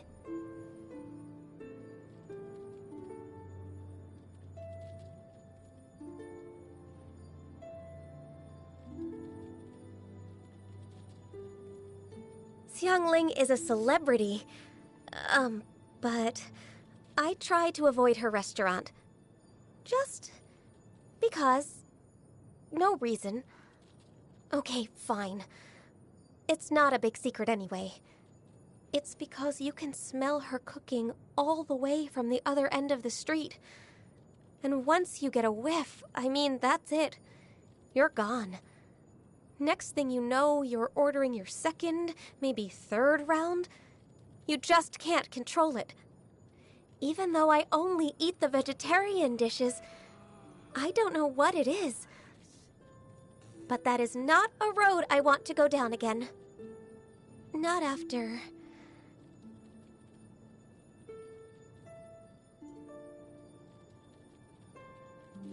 Recently, everyone in Yujing Terrace has been saying nasty things about the Crux fleet. But in my personal opinion, Beto's contribution to Liyue Harbor goes far beyond what those miserable, rumor-loving heathens could even contemplate. Oops, I'm sorry, I'm not quite sure how that one slipped out. Yao Yao. Someone I know at the Ministry of Civil Affairs tasked me with keeping an eye on her in the city. making sure she doesn't try and sneak aboard the Crux. Oh, you want to know what the Ministry of Civil Affairs does? Who knows, am I right? Who knows what they do? Not me. He seems like a bit of an outsider socially. Probably just his personality. I can understand that, to be honest, but I'm not really about to try and get close to him. I mean, all the people he's ever agreed to team up with are no longer with us. Ah, Yenfei. Even back when she was an innocent little girl, she would tell me that you have to keep your promises to live a happy life. Now she's grown up to be a beautiful, graceful, and highly successful young woman. Although the work of a legal advisor is complicated, she always seems so carefree. This puts my mind at ease. I actually don't know her all that well. I've only heard bits and pieces from Cloud Retainer. From what I've heard, she can be quite ferocious. Whenever her temper gets the better of her, she is likely to start obliterating her surroundings. I wonder if maybe she's just bored. Should I recommend some work to keep her occupied? Even though Miss Yelan is absent from work for the majority of the year, I'm sure Lady Ningguang must have her reasons for making exceptions for her. Of course, it wouldn't be my place to ask, so I don't know the details of their arrangement. I remember seeing her one day on my way back to Yuehai Pavilion. She was having breakfast with a group of people. They were all talking and laughing, eating, drinking tea.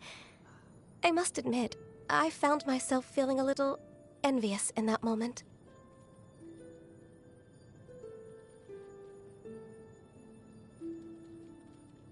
You have a last-minute job for me? Okay, sorry, please don't try and explain it all verbally. Write it down. Leave a note here. I'll get to it as soon as possible.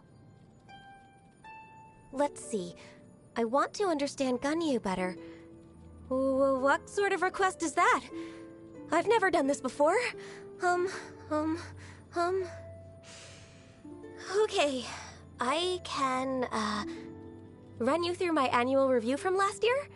That should bring you up to speed on me. No good? Oh, okay then.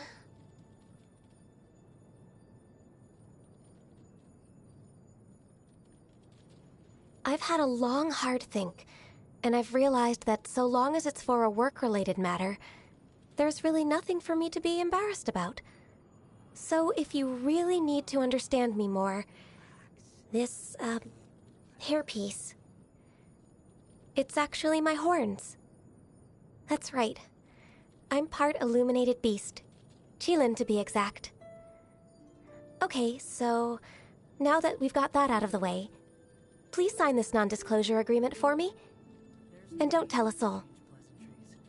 It's rather pathetic to force a conversation just to occupy silence. Even though I'm part Qilin, I'm still part human, too. Still, all these years I've been asking myself the same question. Do I really belong in the human world? Maybe I'm just like a dendro slime hiding in the earth, burying myself in numbers and reports in order to escape reality. I just tell it like it is. If someone can't handle it, maybe that's their problem.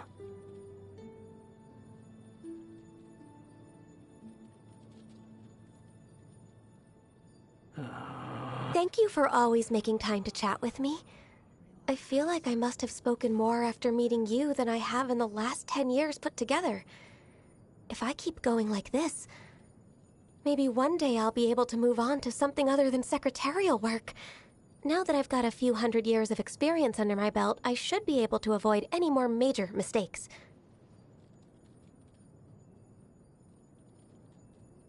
There's no... My hobby.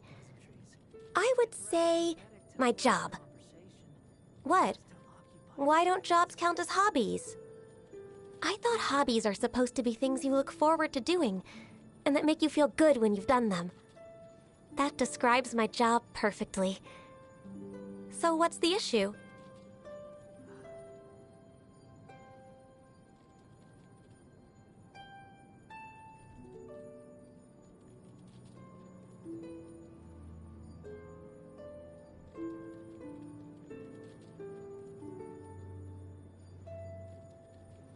There's no such thing as pure freedom in this world.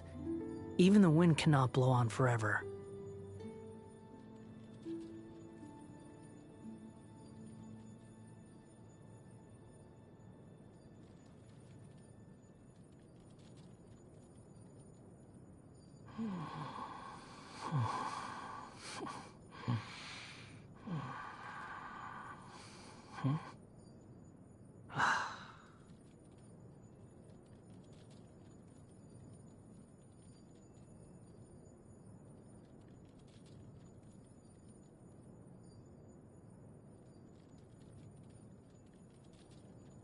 I don't understand why people insist on going all out to try and prove how their existence is more valuable than everyone else's. To exist in the first place is a beautiful thing, and that's enough, isn't it?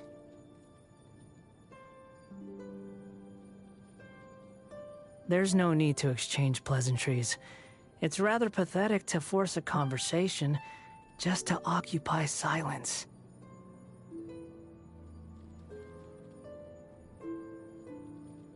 Drink only spring water, eat only whole grains.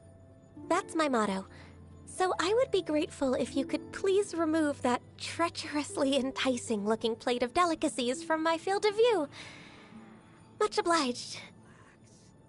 Cheelans are strict vegetarians, so please do not take offense when I decline meat dishes.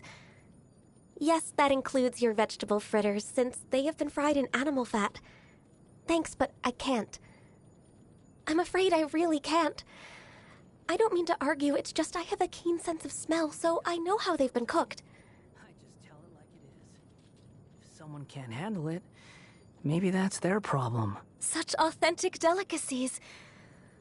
Oh no, I think I might have eaten too much.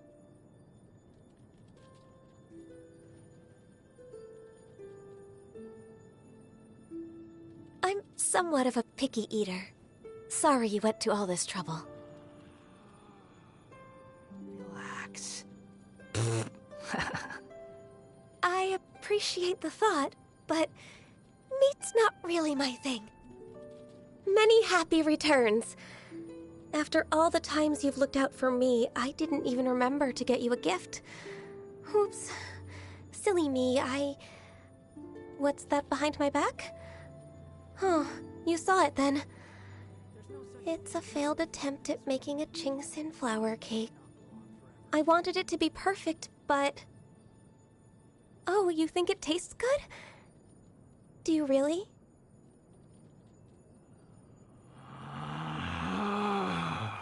Power? Now there's a key performance indicator I haven't needed in a long time.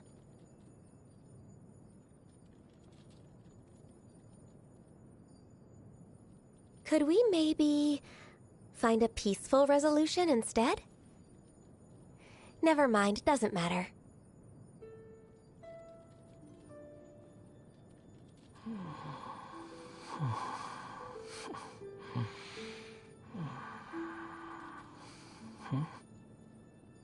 I suppose this is the new way of life, then. I'm not going to complain. I'll try to embrace it. I remember reading in an ancient text that only when days be darker than the darkest night may a Cheelan be compelled to fight. That's a massive exaggeration, but should the time come for battle, and should you need me, then I will give it every ounce of my strength.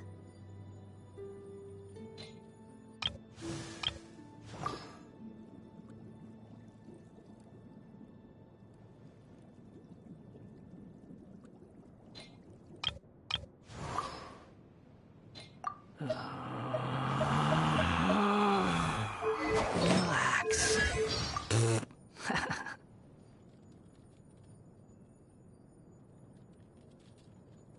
My name is Shen-He. I was born fated to bear the curse of calamity, so I am prone to bring harm to the people around me.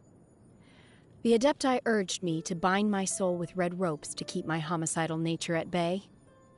If you are able to walk alongside me without fear... Very well. Now, give me your hand. The assumption that every person has somewhere to call home is naive. I got used to living in the mountains alongside the birds and beasts a long time ago.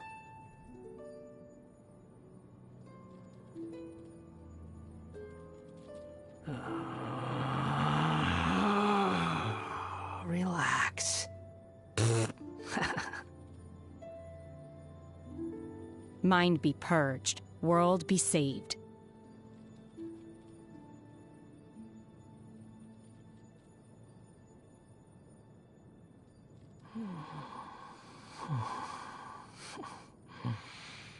My pole arm doesn't distinguish friend from foe, and there is clearly a limit to the Red Rope's power. That's why I loathe crowded areas.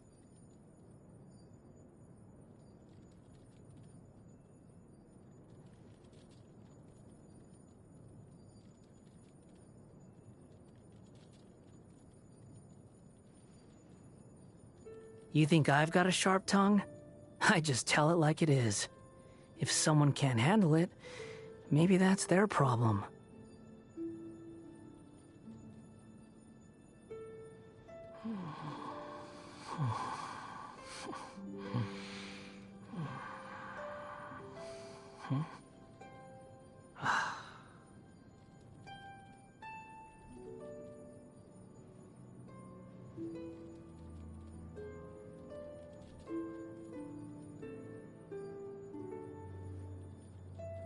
There's no such thing as pure freedom in this world.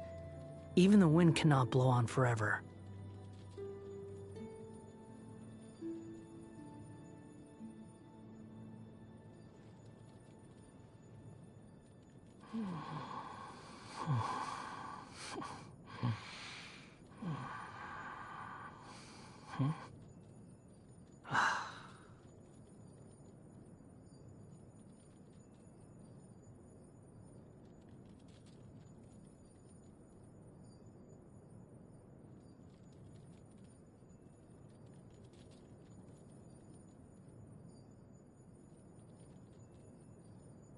There's no need to exchange pleasantries.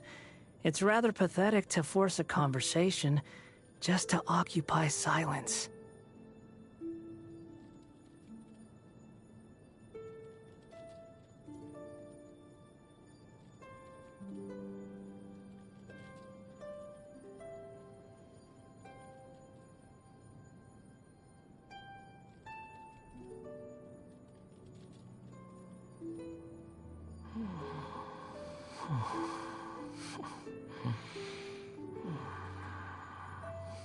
In the mortal world at times like these, is it not customary to use an umbrella?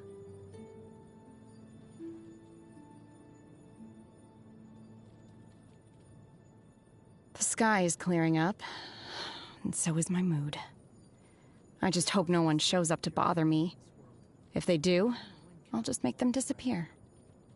In this weather, I can freeze monsters in place and simply let the lightning bolts take care of the rest. A good way to not get my clothes dirty. Yes, this reminds me of Master. She loves to ride the swift winds of Qingyun Peak. Good morning. The dew is very sweet today. Would you like some? Good morning. The dew is... If you feel fatigued after lunch, you should try meditating. It's very effective. To force a conversation. Do you prefer the artificial light of the If you feel fatigued after lunch, you should try meditating. It's very effective. Do you prefer the artificial light of the cities and towns, or the moonlight in the mountains?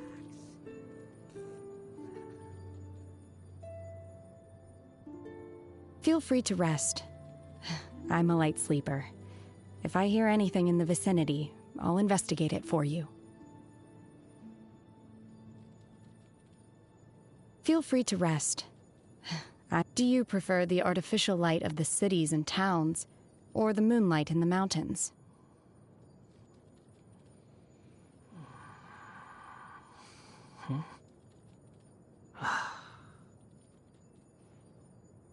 For all the training I've had, feel free to rest. I'm a light sleeper. If I hear anything in the vicinity, I'll investigate it for you.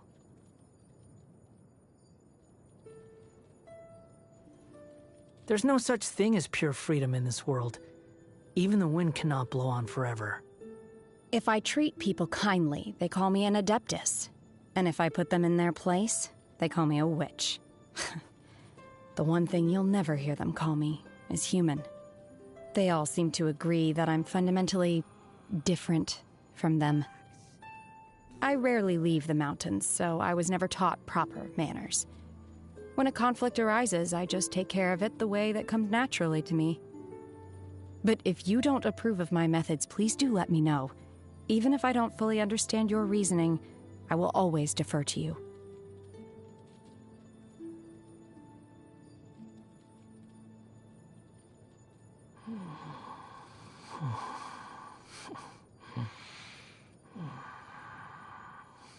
Hmm?